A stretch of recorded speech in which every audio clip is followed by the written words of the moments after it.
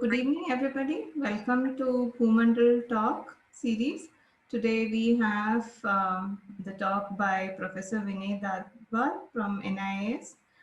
He's going to talk about the use of EO data for terrestrial carbon cycle assessment for India. We took a break from the talk series since June, and it's time for us to get back. So we have a really interesting talk this time.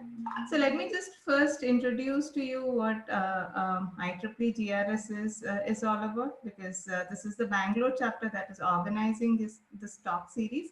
So we'll just introduce what this is all about. Right. So first, the Bhumandal talks are generally it has been initiated by the chapters to sort of inform and inspire public to get more interested in topics related to geoscience, remote sensing, and Earth observations.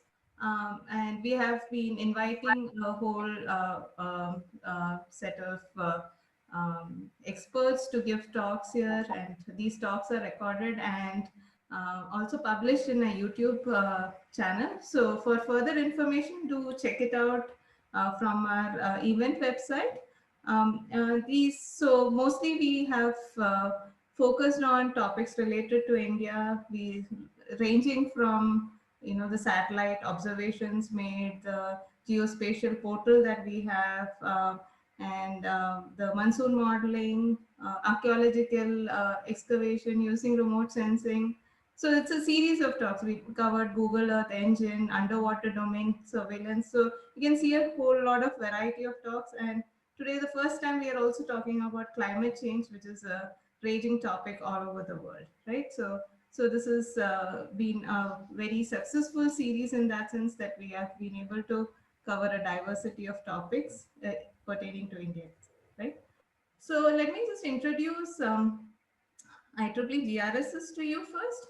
So this is a promotional video that is put out by the society.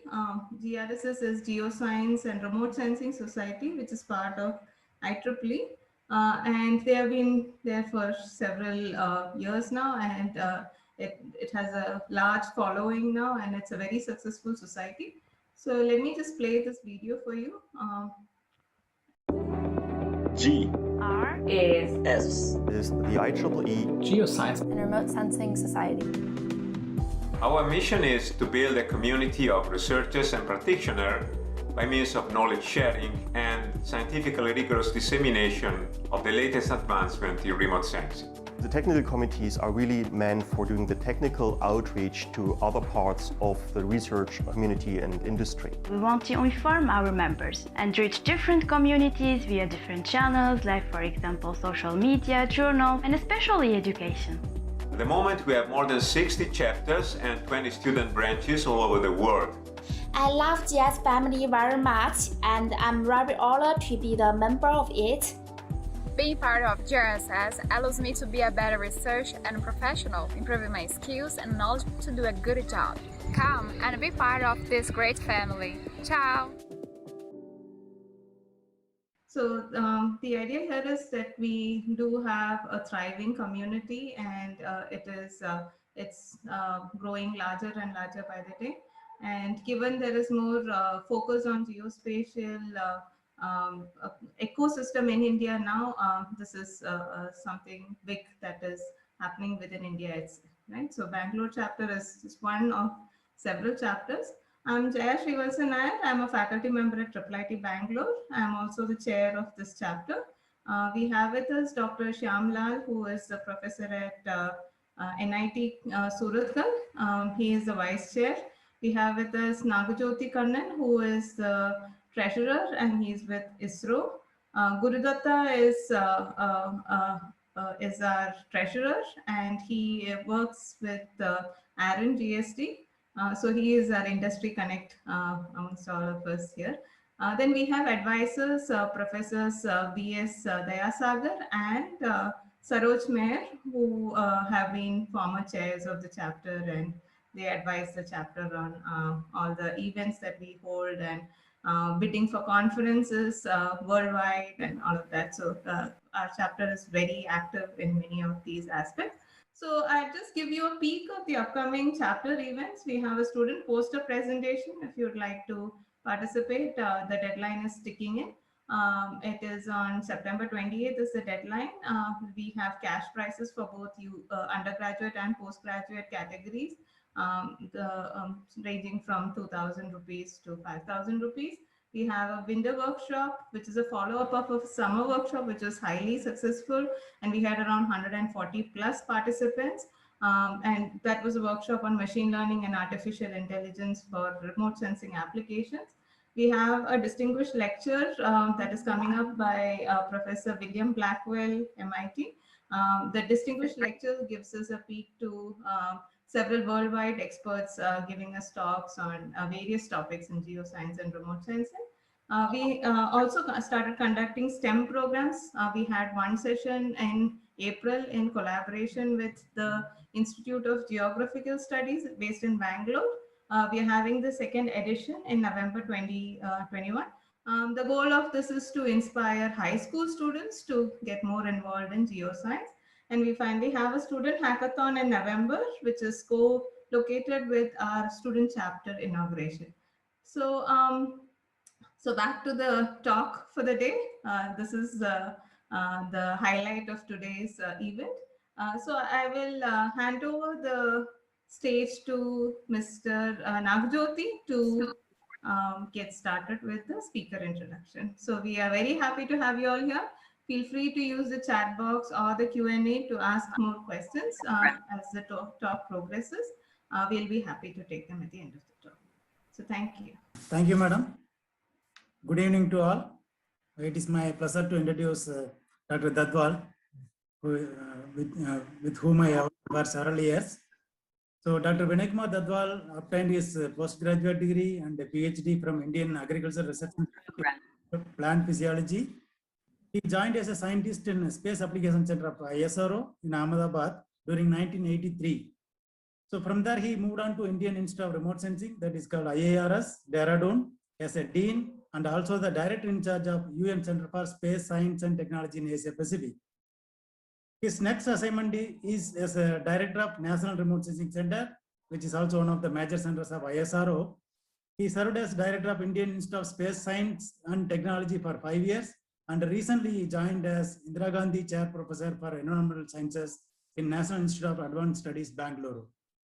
So it is very specific to mention that he was the project director of the National Carbon Project. He has more than 38 years of experience in ISRO and has extensively worked on use of Earth observation data for large number of applications, including crop discrimination, production forecasting, land transformation, disaster management, support, and the biogeochemical cycle of carbon. His early studies on crop discrimination, mapping, crop yield modeling was major contributor of ISRO program on agriculture forecasting and to final acceptance and establishment of a national center by Ministry of Agriculture during 2012. His major achievements are in the area of geospatial applications, including developing techniques for crop forecasting using Earth observations. While at NRSC, he realized several important milestones. To name a few: National Geospatial Portal (BHUVAN), the National Database for Emergency Management, National Information System for Climate and Environmental Studies, for Sustainable Development and Planning, Water Resources Information System, Disaster Management Support Program, etc. He has more than 300 peer-reviewed papers as a co-author and guided more than 10 doctoral students. He is a recipient of several awards, including Indian National Remote Sensing Award during 1999, then Dr. Vikram Sarabhai Award again in 1999, ISRO Astronautical Society of India Award 2005, and ISRO Merit Award in 2006. Dr. Dadwal is fellow of International Academy of Astronautics, National Academy of Agricultural Sciences, Indian Meteorological Society, and the Indian Society of Remote Sensing. He has extensive international cooperation experience as member and leader of Indian delegation to UN Committee of Peace Uses of Outer Space, that is called UN COPUS, Vienna. He has been member and co-chair of Indian delegation in international cooperation meetings with US, Japan, ESA, and China. Okay, we are happy to have you here, sir. Thanks for accepting our invitation. Over to you. Thank you. Good evening. Good evening, participants. Thank you, Professor Nair, Professor Shamlal, and Dr. Nagjyoti. It's a pleasure and privilege to converse with you, because as you must have heard just now, remote sensing or Earth observation is something that I have been doing since completing my PhD in 1983. So the topic what we are going to discuss today is very central to climate change. That is the terrestrial carbon cycle. And we would really see how Earth observation data has enabled a good scientific assessment of the challenges. So it will be a very simple lecture. I will try to discuss some concepts and give something what have been our approach in India. This work has been done by a large number of my colleagues in IIRS Dehradun and also in NRSC Hyderabad, plus a large number of academic participants. Some list will be there, not the individual names, but the institutions. So this is also an invitation for all of us to join together and work on this quite complex problem. So I will be touching some basic things on the carbon cycle and how the humans are altering the cycle, and what exactly was this National Carbon Project, which we did. Within this project, we assessed the total amount of carbon in the forests and soils of India, then how the deforestation is happening, and that can cause changes in these pools. The pools come because from atmosphere, photosynthesis allows the plants to fix carbon dioxide. How can you estimate the rate of carbon fixation? Now, to model this entire process of carbon uptake and release, there are a large number of models, including a very interesting model that you measure the atmospheric CO2 and you measure the winds, so that how the CO2 moves. And then if you know the base fluxes, you can compute which are the areas which are taking carbon and which are releasing carbon. That is called source sink inversion. And of course, there are a couple of challenges. So we will try to go a bit fast. Anytime you want to do, you can, I'm sure you can raise hand, or in the end, you can again get in touch with me. So basically for carbon, these are the three main questions. We all are aware that the CO2 is increasing, but CO2 globally is not a one constant number. What the graphic on your top left shows is, as you move from North Pole to the South Pole, because on the south it is more ocean, the seasonal cycle is not there. So the seasonality comes from land vegetation activity, which is controlled by rain and temperature, right? So you can see very large seasonality of about 20 ppm at one end and less than 3 or 4 ppm on the other. But what you also note is every year this whole envelope is moving up and up. That is the accumulation of carbon. So how does it carbon flow? If you look at the numbers on the second panel, you get huge amount of carbon in the rocks in the earth and in coal and gas. But these are being exchanged at very, very low rate. So it is not the total size of the pool, but it is the high rate, which basically is between atmosphere and plant and soil and atmosphere and ocean, correct? That can influence the CO2. And if you increase the CO2 in the atmosphere, it's a greenhouse gas. It traps the infrared waves and heats up. Plus it has other effects also. So while we will discuss the plant and soil, only the terrestrial part, also it is always easy to forget, which we should do. All this is due to that since 1860 or 1840, human beings have been running with this fuel, coal, which is being mined, which is a geological coal, which has been there for millions of years. It is burnt and that carbon dioxide is released. So in the lower panel, what you see is the annual fossil fuel emissions, right? Which are already of the order of about 16 gigatons. And there, if you see, China has become the first country.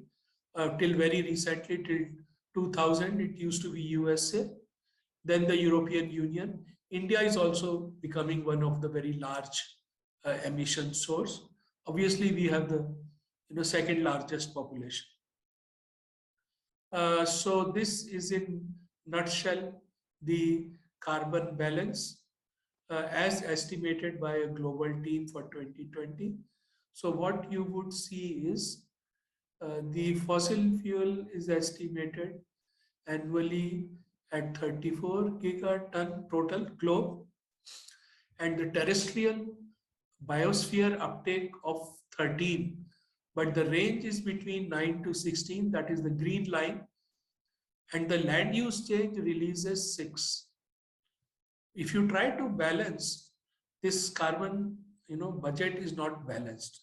So it is an indication that we are either missing something or doing some larger errors. Okay, so let us look at what fate this carbon dioxide has.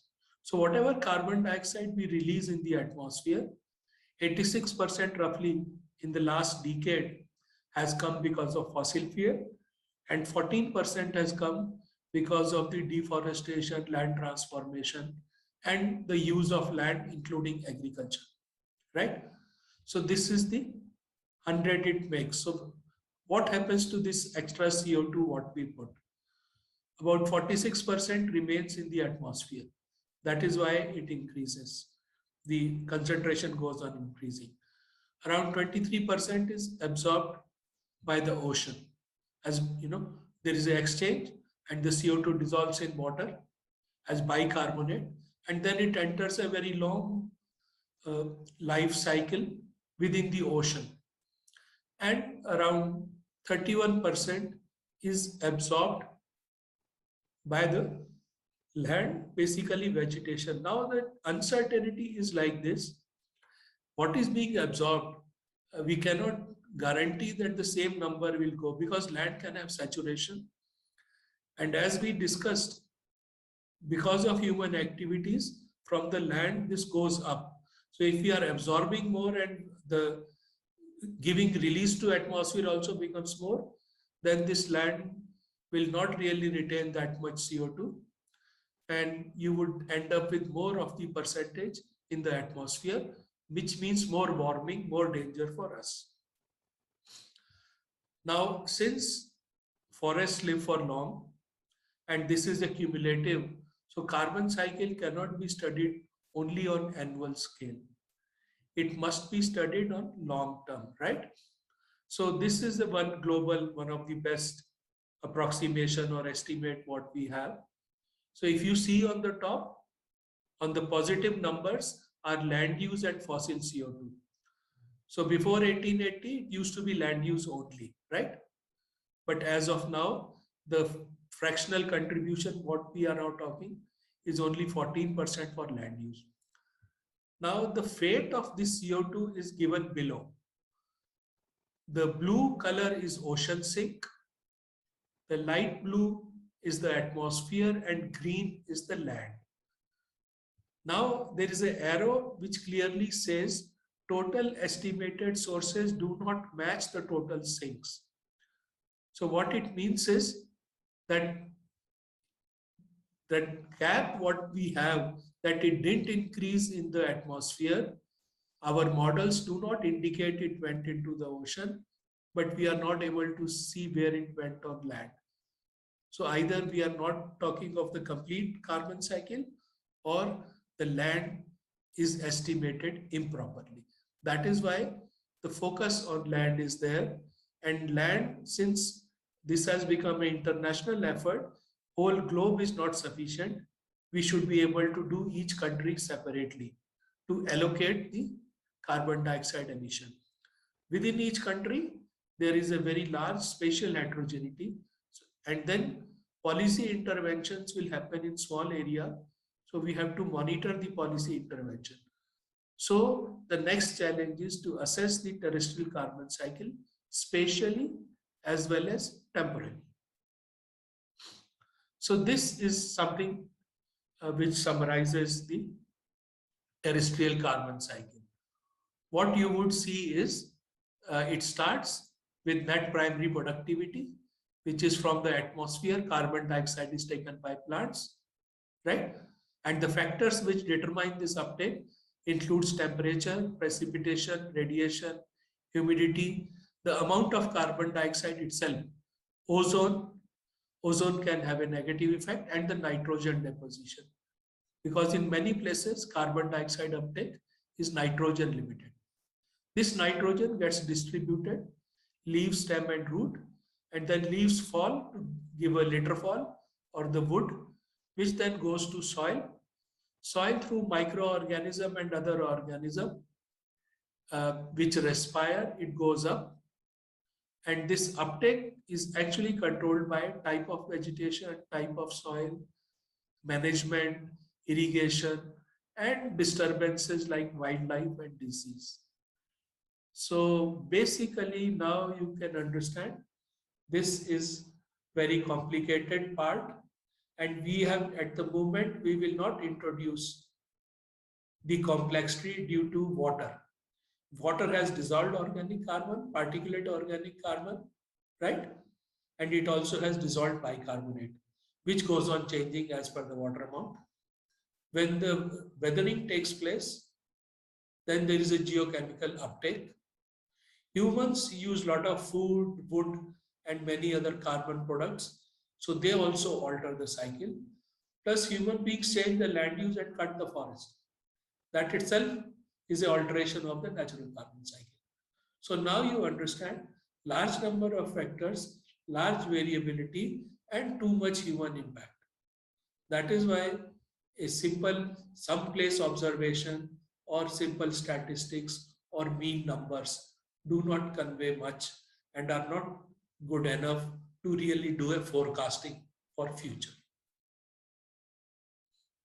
So the scientific question becomes: quantify carbon pools and fluxes and the net carbon balance, estimate the temporal pattern as affected by human activities, and predict the future carbon sourcing and the human influence. So good policies are made to not to have a runaway climate change.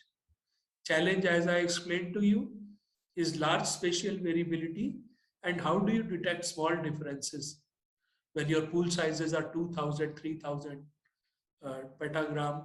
How do you detect 1 or 2 petagram type of a change? Okay, so as far as country is concerned, there is a now Ministry of Environment and Forest, which now is called Ministry of Environment, Forest and Climate Change. So as part of the United Nations Framework Convention on Climate Change, UNFCCC, they have to submit the statistics and government version, and Forest Survey of India is the agency. But we will not discuss much Forest Survey. Forest Survey of India tries to assess carbon at the biogeography zone or maybe at the state level, but not the other cycle. Only the standing carbon they are able to do at district level, which, as we will see, is not good enough. So ISRO took up a project in 2007. It was called National Carbon Project. I had the privilege to work with my so many colleagues, and I will be sharing the result. What we did for the first time in the country is we established flux towers to actually measure the net carbon dioxide exchange in natural environment. We measure atmospheric CO2, We measured remote sensing based land use change and deforestation. We developed models for forest biomass and soil pool, and we modeled the net primary productivity. Ocean I won't be touching today. So these are the India's submission to United Nations Framework Convention on India's carbon numbers. These are just gross Indian numbers. They have the fossil-based emissions and what are called FOLU, which is the agriculture, forest, and land use change. Those numbers are there. Those of you who are interested can look at it, but not very critical for today's lecture. But what you can understand from this graph is the Survey of India and the NatCom have been giving these numbers, which is in varied from 6,000 to around 8,700 million ton. So a million ton is a teragram. So it will become like a petagram. 3 more zeros you can remove, which is soil is much larger, litter is very small, and above ground biomass and below ground biomass. We can't really estimate the uncertainty, nor we can map. So we will use the power of remote sensing to do that. Incidentally, the Forest Survey of India also uses remote sensing, okay? But they use it purely for area and cover, not for the density. So to do a map, to make a model, you must have ground data. So it's very difficult for a country of India's size to generate data, but we did it. So basically what you do for forest is you take a small plot, you measure the tree height and girth, then you try to estimate mean volume for that plot, convert it into biomass, convert it into carbon. But more importantly, if you have those numbers, you can develop remote sensing based models using optical data, using SAR data, using high resolution texture and LiDAR data, and then you can integrate multiple data. What we will do, I show you our recent work, which uses integration and machine learning methods. Okay, so the challenge is, if you do now, how do you go to the historical biomap? That will require some modeling. What is the uncertainty of your estimate? And 1 pixel uncertainty, how does it translate to national uncertainty? So a large number of universities, forestry, environment, and so many departments, they participated, and we really tried to cover entire country and collect the good volume or the tree number. So this is the only national number independent of the FSI data to give a national wood volume or the carbon, right? And we could do it only once. It was a huge exercise. So what was done was, using Earth observation data, we stratified the country, right, into the forest type, forest density. Then in each of the type, based on road network, etc., we laid down samples. Now each sample is basically a set of 4 samples. And why 4 was done? Because we wanted to use modest data, 250 meter. And one number has so much uncertainty, even a ground measurement plot has 20 to 30% uncertainty. So if you have only 30 by 30 meter, it's a very uncertain number of what will be the number for 250 by 250. So we sampled 4 places to really get some 2000 super plots. So which now we have used it for most of our work. So this basically shows that in 250 by 250 meter pixel, we put up 4 plots of 0.1 hectare. As you can see from the center, they are diagonally, and then within each one, we counted the trees. Then over one fraction, we removed all the shrubs, and even in a smaller part, we looked at the herbs also. So this was the plot design, and for digital analysis, MODIS time series is used. So what do you generate? You generate the phenology for each pixel when it starts growing, when it is maximum green, when it yellows. What is the length of the season? What is the amplitude? What are the temperatures? And then what is the topography, slope, aspect? Why slope and aspect are important? Because the amount of radiation which falls on northern and southern slopes is different. So the photosynthesis will be different, right? So all this then goes into statistical models, right? Random forest, KNN, and a large number of them. And you then make an assessment. So these are the regional models, right? I'm showing what you would see is that above a certain level, there is a saturation. That saturation you will see is somewhere between 60 to 80 tons. So effectively, most of the optical data, you would really not be able to distinguish the carbon density or biomass density above 60 to 80 tons. That is why you need SAR, okay? So, but still with this data, you will make a map. So wherever you have high biomass, there will be very large underestimation. So these numbers are there. They were a part of the initial, wetting our hands to develop optical models. So now we used for each of the zone to create such a model for 2010 VCP observation. Then for 94, we put in the FSI data and disaggregated it district-wise to create another map. So for the first time, we could then spatially talk of a phytomass carbon in 1994 and 2010. We could talk of a national density of around 77 tons per hectare in 94 and 80 in 2010. Parallelly, the forest cover has also changed. So it means the uptake or loss of carbon will be determined by two major causes, area and density.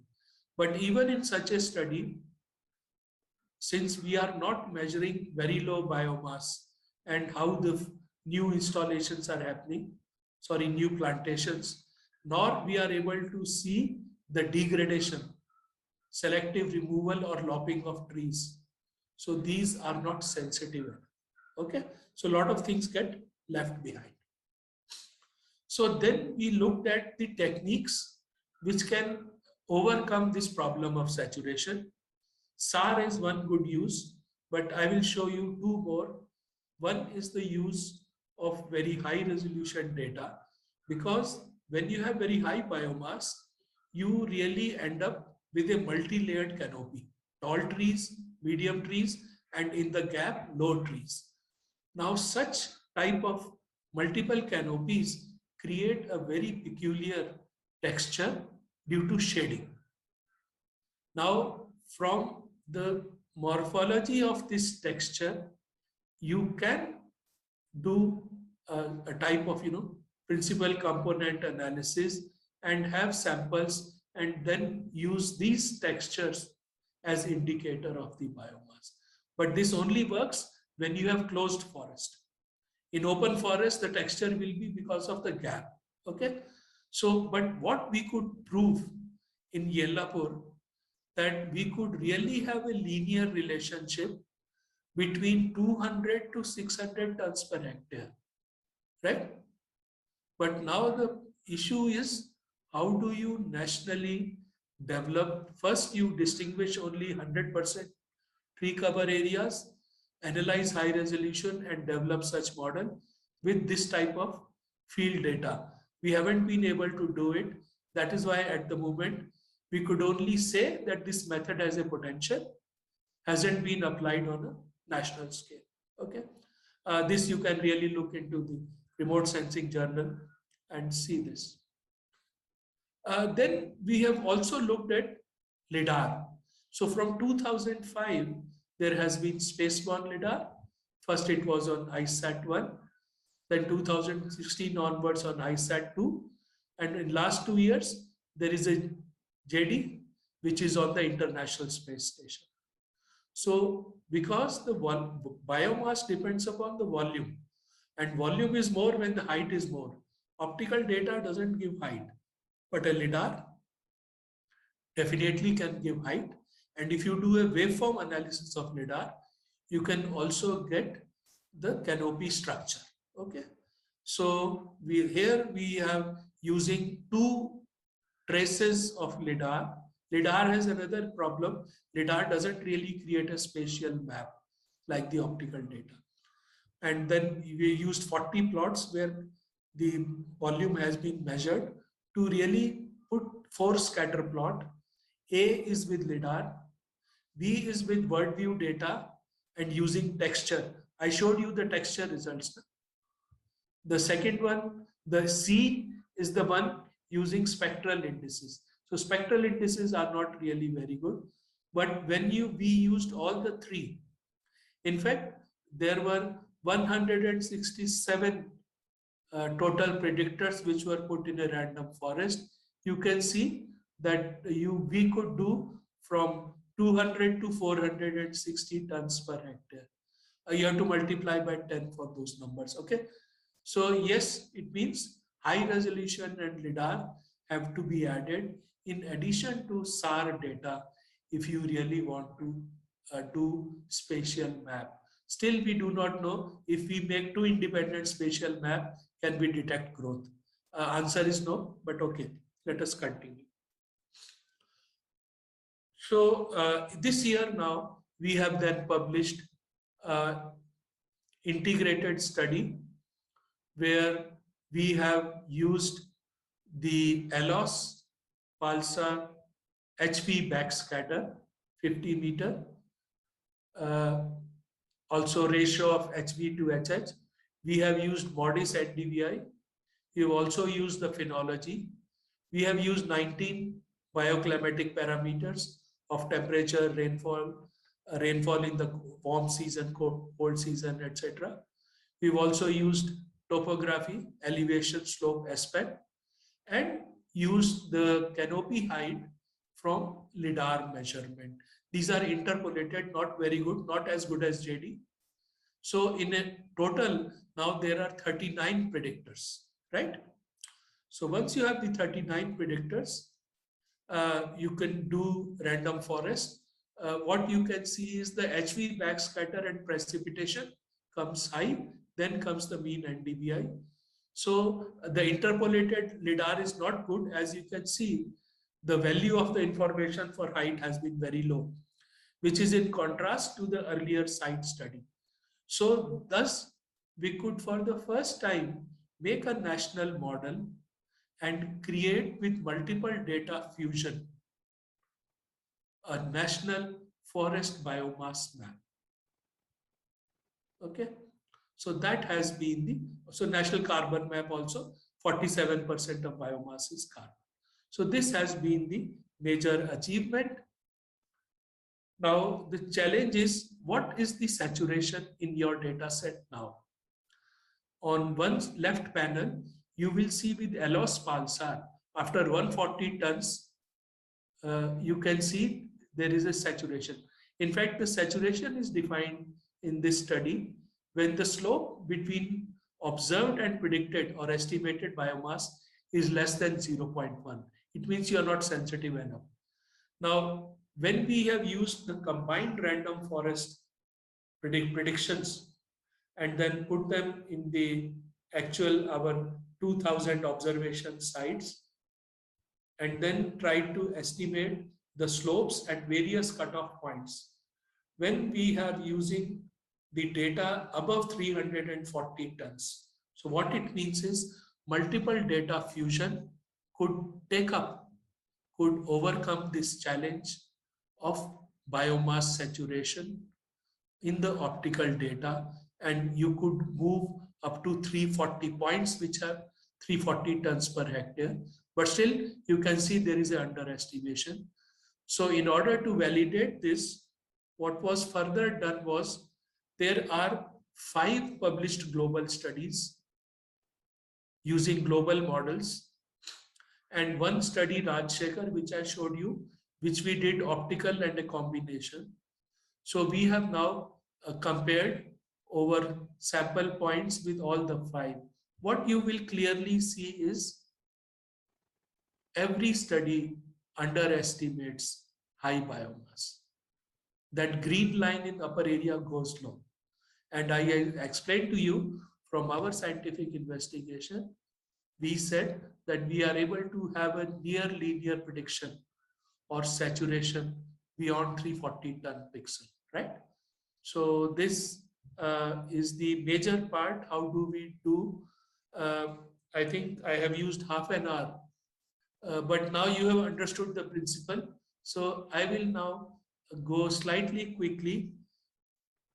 Till we did the NCP, the carbon pool in the soil is estimated by soil class. But soil class does not change with land use, right?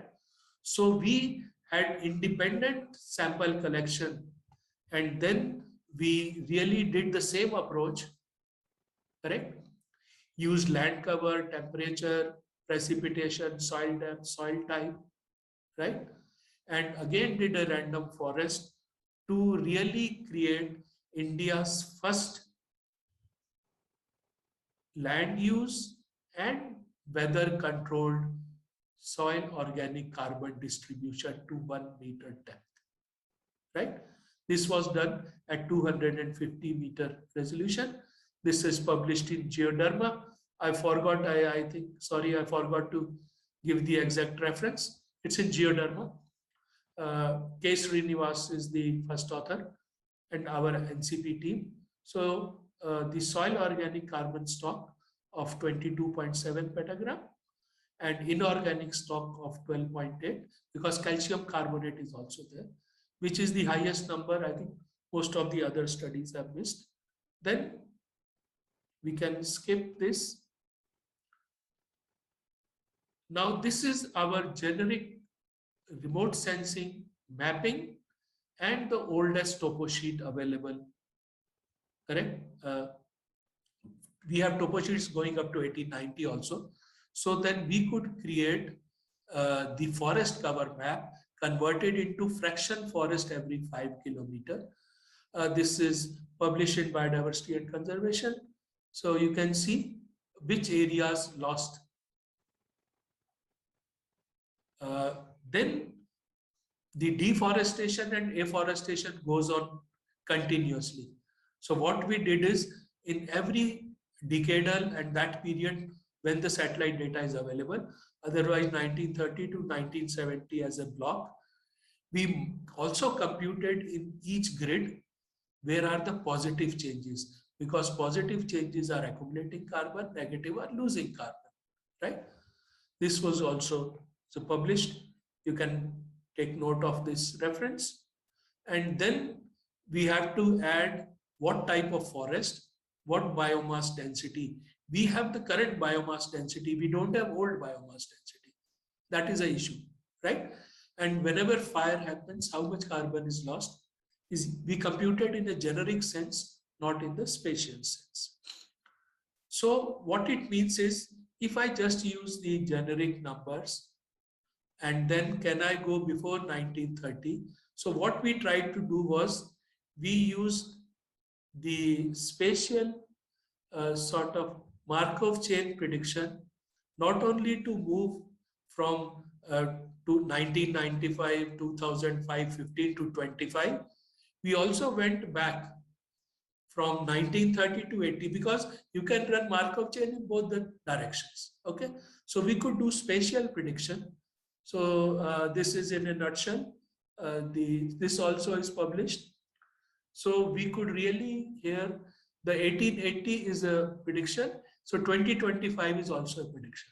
So then we could really have a spatial map. So now we have a methodology where we can get the spatial forest maps pre-data, pre-maps, okay? Then, but we don't have the earlier biomass density. that we need another model. But we can also predict in future and go for the policy. So this is in nutshell what so many people have been talking of the emissions, but we don't. Our most of the study indicates that we are accumulating. That's not very critical. So this is one such model. So we could run a model for about 120 years using 5 regions, using deforestation, deforestation plus afforestation, starting low biomass or high biomass, or a variable regional biomass, correct, and a variable degradation. So the 5 curves you would really generate various scenarios, and then you can see when the government of India banned the further tree felling, we became positive, but in between there has been a small emission. That shows the power of this. Now, if you were to use the 1930 to now, the mean numbers available and simply multiply by area, you would get this type of a change. This acts as a reference to be improved upon. It should be taken as a final assessment, but you require such a number, okay? So very quickly then I will cover this. Biomass comes because the GPP photosynthesis happens. You have a gross primary productivity minus respiration is net primary productivity minus the harvest and herbivory net ecosystem productivity. But you can't measure it in the field, right? The only method to measure is to establish flux towers. Flux towers measure the free air CO2 at a very high rate of 20 Hertz. So whenever there is a gust of wind, it brings the CO2 from within the canopy up. From this gust, if you are measuring the wind as well as the CO2 in the open or closed path, you can use generalized mass flow equation and conservation of mass and compute in undisturbed area how much carbon dioxide is going up and down. So this is, we really established in forest sites. Many people had done near their, workplace or in the agriculture, but putting it in the forest away from electricity and people is very tough. But our team was up to the task because till 2007, India didn't have any. We ourselves put 5 towers, right? Including in very complex Sundarbans. And this is how a tower looks like. This is in Barkot, a very high tower in the center, which has a very high rapid measurement of net radiation, air temperature at 5 heights, vapor pressure deficit, and net exchange gram carbon per meter square per day. Now, this, if you do over multiple years, I have given here numbers which are in gross primary productivity, respiration, and net ecosystem exchange. Now, over multiple such site and multiple year, with remote sensing, you can develop a model. That was our effort to develop GPP models, okay? This is over another site, Broadleaf Forest. So this is a multi-year data. This is one of the largest data set over India which has come. This has come this year in April, Agriculture and Forest Meteorology. So this has multiple year data at Betul, which is a teak forest in Madhya Pradesh. And then we have converted into some models and then tried to apply, okay? So fluxes are very complicated. We won't go much more. But then if we had a model, can we map with NDVI? Yes, using other people's model and a CASA biosphere model, we have tried to do. But here the coefficients are not what have to be generated. We have to do much more data collection, as I explained to you, before we can truly make an Indian GPP model. This is one such number. This came in environment monitoring and assessment about a decade ago. So we used models, 3 models, and compared with the MODIS product and showed the numbers and what are the variations in different types in India. We also then, after the NPP, how much will be retained over a long period, that is the NEP, and in which portion over year there is a trend. You can see positive or negative trend. Also, interannually, drought years, more emission, good rainfall year, uptake, how this goes, interannual variability. So numbers are not important, but what it means is if you really have a biosphere model, you can run it with the spatial weather data, spatial NDVI, and spatial GPP and biosphere modeling to estimate which portion in the India is accumulating carbon or doing. Here is on the vegetation. It is much more complicated to do for soil. We tried to do for soil also. This has published this year. But soil, when we try to compare with measurement, you can see some places there is a relationship, some places not. So soil, we have to really work much more. Okay. Now, as I explained to you, earth observation, forest cover change, deforestation, fine. Developing models for biomass, not good enough. Do multi-data fusion. Still, we may have to do LIDAR, the new ones which are coming. Then that is one time. You have to develop method for back extrapolation and future. That brings in model of GPP, which you have to make measurement through eddy covariance tower, and then it then gives you the power to really say where the CO2 is accumulating in the India. That, you know, missing sink, what we said, can only be done by such methods. Now, how do you independently check your numbers? So now there is a very powerful technique which is called inversion modeling. Satellite data measure columnar carbon dioxide, right? Now, the atmospheric cycle is very well understood. We know where the winds are going. So that wind will also transport the CO2. We also had the land biosphere, and over ocean, we have a ocean exchange model, right? So we have separate fossil fuel CO2. We have terrestrial exchange, which I showed to you over multiple years.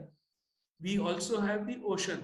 Now, if I measure the columnar CO2 from satellite and I know the change in the wind direction, then I can invert the entire model to try to say which areas in the globe are accumulating carbon dioxide, which areas are sources, which areas are sink.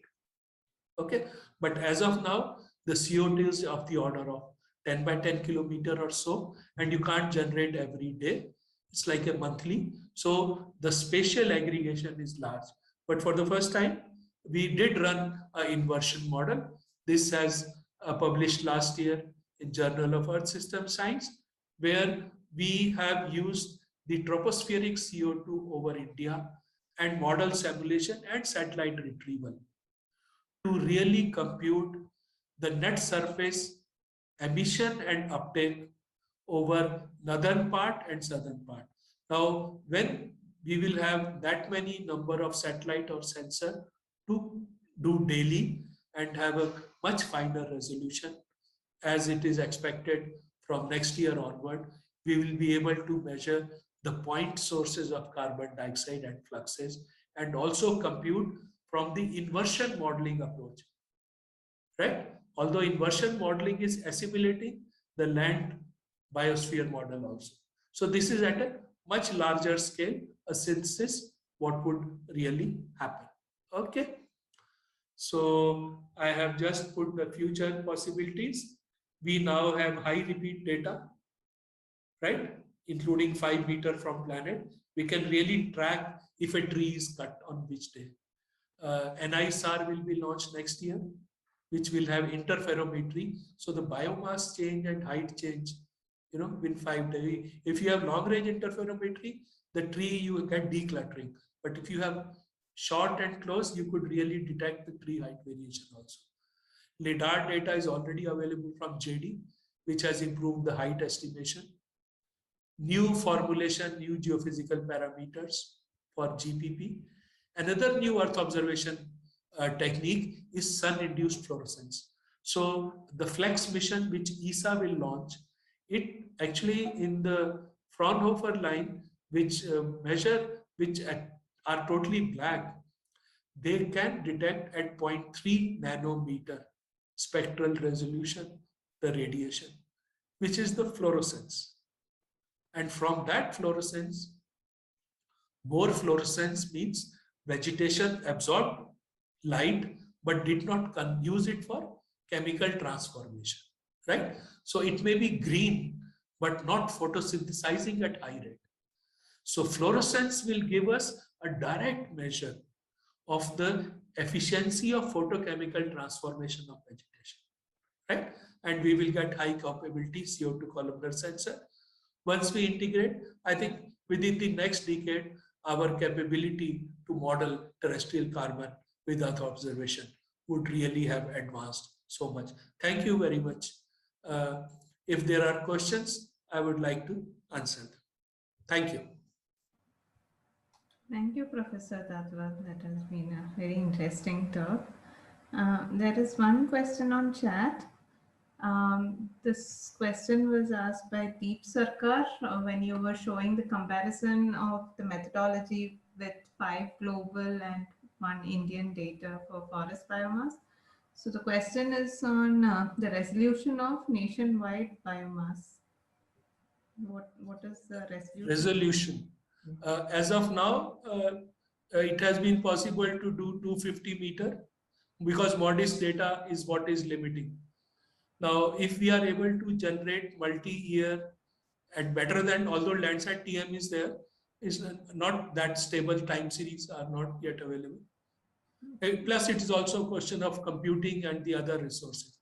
At our place, we could do, but our uncertainty is 30%. Right? So uncertainty also has to be brought to below 10%. Okay. Right? So that has been the challenge. Okay. So I'd invite other attendees also to ask questions either on chat or raise hands. So meanwhile, I'd like to ask a couple of questions. So with respect to, so a lot of the work that has been done is with respect to the forest cover and the biomass and the carbon generated in that biosphere, right? So so there is this other component of industrial carbon dioxide and all of that. So is, how does that get measured? Is that the tropospheric? So industry is very easy. You can from economic data get the amount of fuel used. Okay. Or amount of fuel sold. Okay. So then in that district or state, you can say that much emission happened. Okay. But later on, people are saying where there are large point sources like the power factories or steel plants or other things where they are using gas, a CO2 sensor can really get the difference and flux, columnar CO2. Right. But we haven't reached that type of spatial. As of now, we simply assign it to a coarse grid. Okay. So what about effects of other activities in the economy, right? Like for instance, the stubble burning in Delhi. So yeah. So we have estimates of the stubble burning. The biomass in the stubble is very small. Okay. And in the forest, the challenge is whether a forest fire is ground fire or ground fire. Okay. So there is an index called radiative fire intensity. Okay. So RFI indicates from the temperature measurement in the mid IR how intense the fire is. So you can have a gross estimate. Now, if you are aware, the NPP VIIRS has a much better thermal sensing. So it is much better than MODIS. So people are now trying to generate with new series. Right. So there is a question in Q&A by Manoj Hari. So he's asking, as of now, no DBGM studies are reported on analyzing India's terrestrial carbon cycle. So he's requesting views from you. No, I showed most of the results are published. Right. Okay, raw data is not available. but studies are published all. I didn't show any unpublished work, and I showed most of the citations also. Otherwise, you can send me an email, Sure. right? So are there any plans for publishing the data sets? Because data publishing, we have not yet, because we'll have to really curate and look at it as of now. And then I also have left ISRO.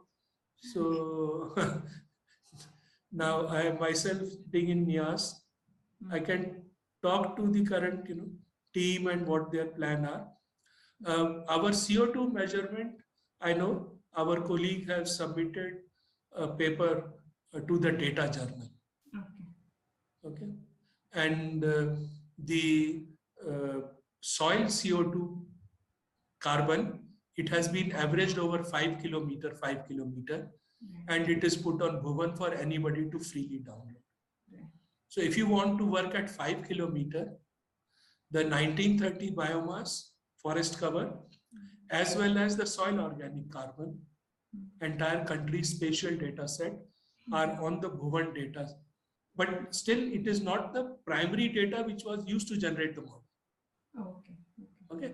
But the output is available at 5 kilometer resolution for anybody to download and further use. I think some people have downloaded also. Both are there. In Bhuvan, you can go to the Bhuvan and register and download. Sure. So for this National Carbon Project, I mean, it is one of the kind that, it was measured nationwide and all of that. So what was the amount of effort that went into it, like in terms of? Around 140 people were there, team, which almost had around, I would say, 80 to 90 researchers. 40 of them were PhD students. And there are many theses from botany and forestry department all over the country. I would one day compile and put it. Now, since I have come to NIAS, I have retaken the carbon cycle as my primary research area. So we are again trying to, somewhere we went slow about last 4 or 5 years. I was in Trivandrum. Now we are reviving. Yes. Right. So if you have to do this on so this has to be a constant process, right? This has to be a continuous process. So are there any, as a thought leader and an expert, right? So what would you say, like, so basically what is happening when high resolution LIDAR, and this will become constantly available, and the current stability of the LAI and other retrieval from multi-year Sentinel will become sort of stable numbers, then we will be able to do the current cycle much better. This has been done with 250 meter. We can really do it 10 meter with 4 or 5 years of constant. So a lot of things have to happen simultaneously. And better SAR, L-band, which is coming in NISAR, better optical data, better columnar CO2, and more modeling. So there are some questions on the chat. So Suresh Mishra has asked, is there a relationship between carbon dioxide and aerosol measures with temperature change? And a follow-up question, is there any measurement of carbon dioxide absorbed by the ocean along the Indian coast? See, ocean is very easy to estimate because all atomic tests have released C14. So at multiple times, people have sampled globally the oceans, right? And C14, how it has increased in multiple layers, and put it in the models, and they have been able to get very good transfer coefficient of the dissolution. It relates to wind speed, it relates to temperature, and a couple of other things like froth, etc. But still there are physicochemical models. The land is very diverse. Seasonally, it goes on changing. Because you can have totally dry, then rain, it will become totally green, then somebody will cut it. So that is the one where without Earth observation, weekly data, you can't really do it. Ocean, there is a lot of literature available. I can. So there's a follow-up question from Manoj Hari again. He's asking, when we compare India's status in terrestrial carbon cycle studies with the global studies, we are still lacking with process-based models. Yeah, we are actually, I would say, we really don't have too much literature. There is FSI estimate, which they do from large number and release an aggregate. We have tried to bring in some modeling and use the open data. There are many site level studies. I mean, people go to a patch and a PhD student 2-3 years will do for that patch. But that patch cannot be extrapolated to nation. You really need to put Earth population data. Globally in Europe, as well as North America, as well as in Brazil, there are multi-thematic, very large national carbon programs. Our carbon program, I think, has stopped now, 10 years over. I don't think some ISRO people, student may be doing, not really. I can find out and tell you. Other countries are very, very serious in modeling carbon. So Manoj has asked one more follow-up question. Do you think process-based model analysis on TCC over India will reveal some unanswered questions? As per my understanding, Trendy Ensemble reveals that India's nature in the converting from sink to source, especially a decade decline from 2000 to 2020. Yeah, so what has happened, there are globally models and inter-comparison project. Now what Trendy they are talking of. So they have run multiple biosphere model, but the challenge remains the same. In all those biosphere models, the parameters and coefficients are of global nature or tropical. None of them have been measured in India. The only way you have to do is use Indian observations on like the specific leaf weight, photosynthesis rate, the thermal coefficient for Indian type of trees, sal, teak, etc., and then run them. They are on generic regional good, but over India, you can't specifically use them. This is a challenge. Yeah. Somnath has asked a question. Some of the studies reported that the greenness and forest cover is increasing over India. Yeah. In fact, from past 4 or 5 years, it is now demonstrated the greenness has increased. Over China, they have done much more to relate it to the plantations. I think we should do it in India. India also has reported China and India account for about half the greenness increase over the global data sets.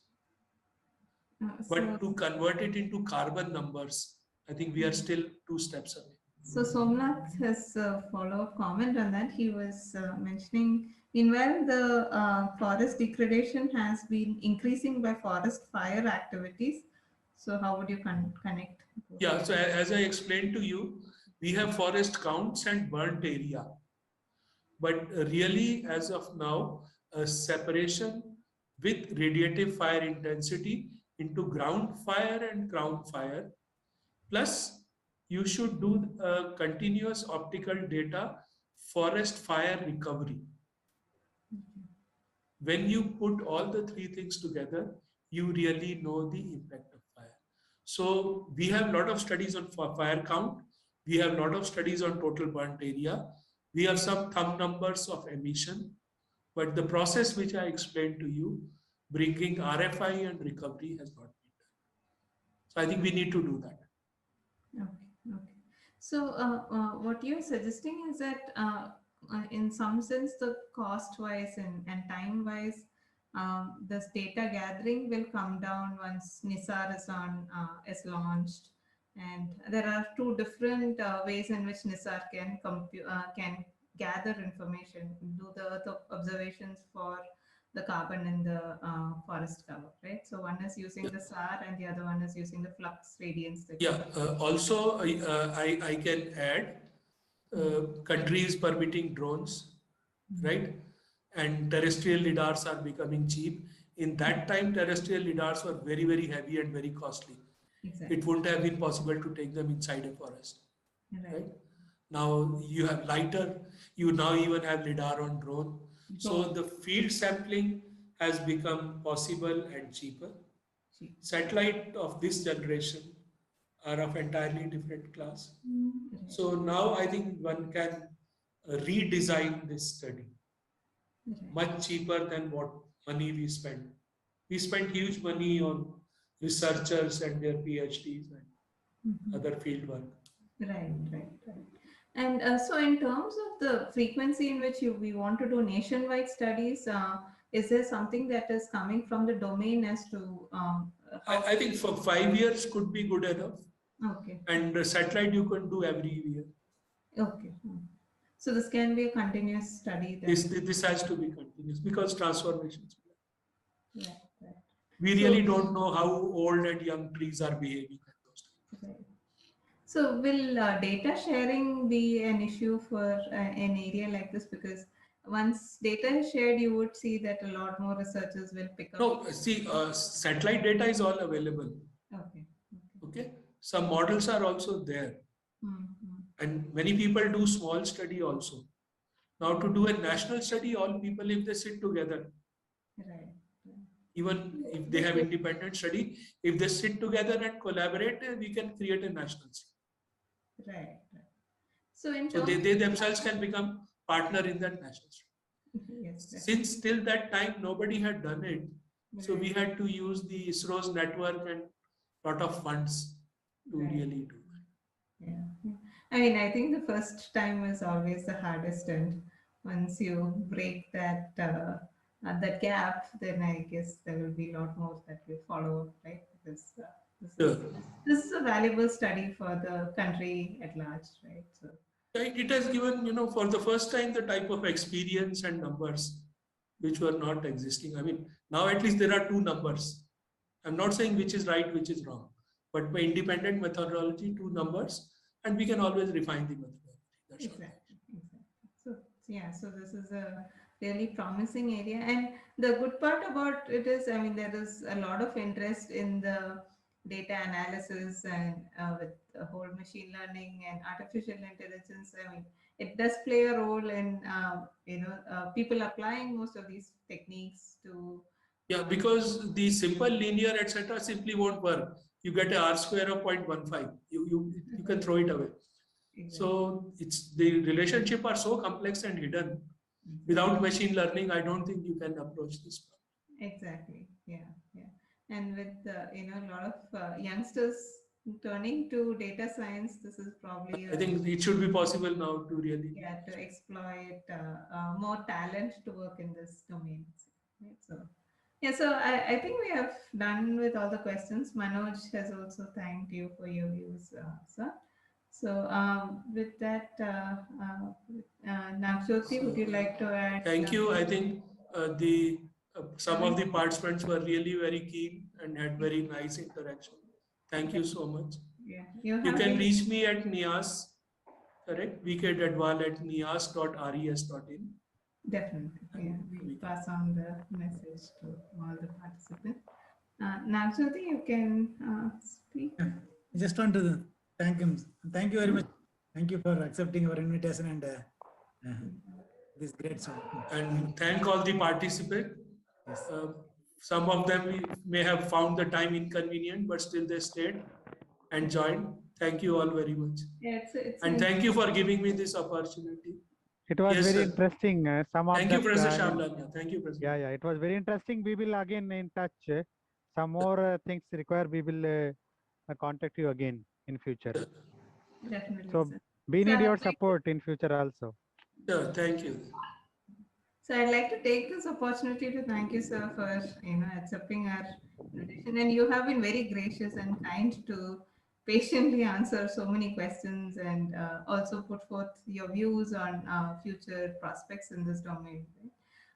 So I'll also take this opportunity to thank Shyamlal for adding all this interest in machine learning and artificial intelligence through his summer school and the brand new NITK student branch that we have. We'd like more students to get involved in this kind of activity. Nagjyoti has been very instrumental in bringing this talk here itself, so that is a lot of thank you for that. And Gurudata has been supporting all activities at large. So we'd like to thank the slate in general for all these for support for this kind of event.